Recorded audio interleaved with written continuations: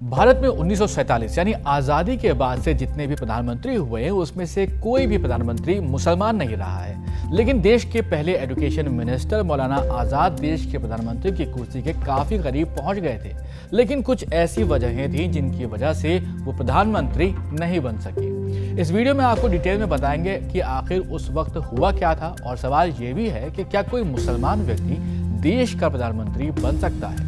Video शुरू करते हैं, लेकिन इस वीडियो में आगे बढ़ें उससे पहले आप हमारे चैनल को जरूर सब्सक्राइब कर लीजिए।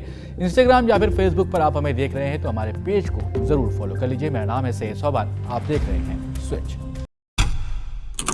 भारत की आज़ादी के बाद देश के प्रधानमंत्री की लिस्ट में सबसे पहले पंडित जवाहरलाल नेहरू का नाम सामने आता है। 1952 में देश के पहले चुनाव हुए थे, उसके बाद पंडित नेहरू देश के प्रधानमंत्री बरकरार रहे थे, लेकिन मौलाना अबुल कलाम आज़ाद की प्रधानमंत्री की कुर्सी तक न पहुंच पाने की कहानी आपको यहाँ पर बताते हैं। आज़ादी से पहले 1939 और 40 का वक्त था। इस वक्त मुस्लिम लीग एक अलग देश की मांग उठा चुका था, क्योंकि देश में आज़ादी की खुशबू आना शुरू हो चुकी थी। अब कांग्रेस के पास मोहम्मद अली जिन्ना का सामना करने के लिए कोई मजबूत दावेदार चाहिए था। इसलिए कांग्रेस ने फैसला किया कि मौलाना अब्दुल कलाम आज़ाद को कांग्रेस का अध्यक्ष चुना जाता है। इसके बाद आप देखें तो 1939 से 45 तक का दुनिया में विश्व युद्ध चल रहा था। साथ ही अंग्रेज राजों से आज़ादी के लिए भारत छोड़ो आंदोलन भी चल रहा था। कांग्रेस इन्हीं वजहों से 1946 तक अध्यक्ष अपना नहीं चुन पा रही थी। भारत आज़ादी की तरफ बढ़ रहा था और कांग्रेस के अध्यक्ष अबुल कलाम आज़ाद ही वहां पर बने हुए थे। आज़ादी की तारीख नज़दीक थी। अंग्रेज ये मन बना चुके थे कि कांग्रेस अध्यक्ष को ही इंटरिम प्राइम मिनिस्टर बनाया जाएगा, यानी प्रधानमंत्री बनाया जाएगा। इसके बाद आज़ादी से पहले ही कांग्रेस अध्यक्ष चुने जाने की बात उठने लगी थी।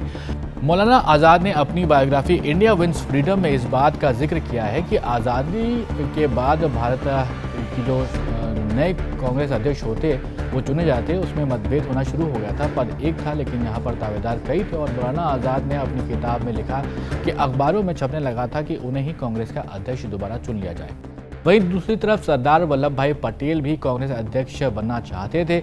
इन सब खबरों के बीच महात्मा गांधी ने अप्रैल 1940 में मौलाना आज़ाद को एक लेटर लिखा था। इस लेटर का जिक्र the collected works of Mahatma Gandhi में मिलता है, जो हम आपको यहाँ पर दिखा रहे हैं। उस लेटर में महात्मा गांधी की तरफ से मौलाना आज़ाद को लिखा गया था कि मौलाना साहब, मेरे बारे में जो कुछ लिखा है उसका कोई आधार नहीं है। मैंने किसी को अपनी ओपिनियन नहीं बताई है। कांग्रेस कमेटी के एक दो मेंबर्स ने मुझसे अध्यक्ष के बारे में पूछा तो मैंने बताया कि एक ही अध्यक्ष को रिपीट करना ठीक नहीं होगा। जिस तरह का माहौल अभी देश में है, मैं नहीं चाहता कि कोई मुस्लिम कांग्रेस अध्यक्ष रहे। मैं चाहता हूं कि आप घोषणा कर दें कि आप कांग्रेस अध्यक्ष नहीं रहना चाहते हैं। ये सही होगा कि कोई और कांग्रेस का अध्यक्ष बने। बादशाह खान का नाम भी सामने आया, लेकिन मैं इसके समर्थन में नहीं हूँ। इसके बारे में मैंने उनके साथ भी बात की है। अगर मेरी राय पूछी जाए तो मैं जवाहरलाल को प्रेफरेंस देना चाहूँगा। इस चिट्ठी ने शायद प्रधानमंत्री पद से मौलाना आज़ाद को दूर कर दिया था। आज़ादी के एक साल पहले यानी कि 1946 में एक बार फिर कांग्रेस का अध्यक्ष जवाहरलाल नेहरू को चुना जाता है। 15 अगस्त 1947 यानी कि भारत की आज़ादी के बाद जवाहरलाल नेहरू प्रधानमंत्री बनते हैं। ये पहली बार हुआ था कि मौलाना आज़ाद यानी कोई मुस्लिम नेता प्रधानमंत्री पद के इतना करीब पहुंचा था। नेहरू के बाद जितने भी प्रधानमंत्री हुए हैं उनमें मात्र एक ही सिख था, यानी कि मनमोहन सिंह। लेकिन इस लिस्ट में कोई भी मुस्लिम नेता प्रधानमंत्री पद पर या फिर इसके करीब नहीं पहुंचा है। लेकिन अभी भी सवाल ये है कि क्या कोई मुस्लिम भारत का प्रधानमंत्री बन सकता है। पहले लोकसभा चुनाव में 21 मुस्लिम सांसद थे। मौलाना आज़ाद शिक्षा मंत्री बने थे और रफ़ी अहमद किदवाई संचार मंत्री बने थे। 1984 तक यानी कि इंदिरा गांधी के कार्यकाल तक सरकार में 2 से 3 मुस्लिम केंद्रीय मंत्री औसतन रहा करते थे। राजीव गांधी की सरकार में सबसे ज़्यादा 6 मुस्लिम मंत्री रहे। एक रिपोर्ट की माने तो अब तक कुल 43 मुस्लिम केंद्रीय मंत्री बन चुके हैं, जिसमें कांग्रेस के कार्यकाल में 23 और बीजेपी के कार्यकाल में 6 मुस्लिम थे। मोहम्मद सईद ऐसे मात्र एक मुस्लिम नेता थे जो गृह मंत्री पद तक पहुंचे थे, और फिर आज़ादी के बाद अब तक सिर्फ अगर देखा जाए तो 5.88% मुस्लिम लोकसभा ही पहुंचे हैं। 2011 में भारत की जनसंख्या में लगभग 17 करोड़ मुस्लिम थे। 2023 के अंत तक केंद्र सरकार के अनुमान के हिसाब से मुस्लिम आबादी लगभग 20 करोड़ तक पहुंचने का अनुमान जताया गया था।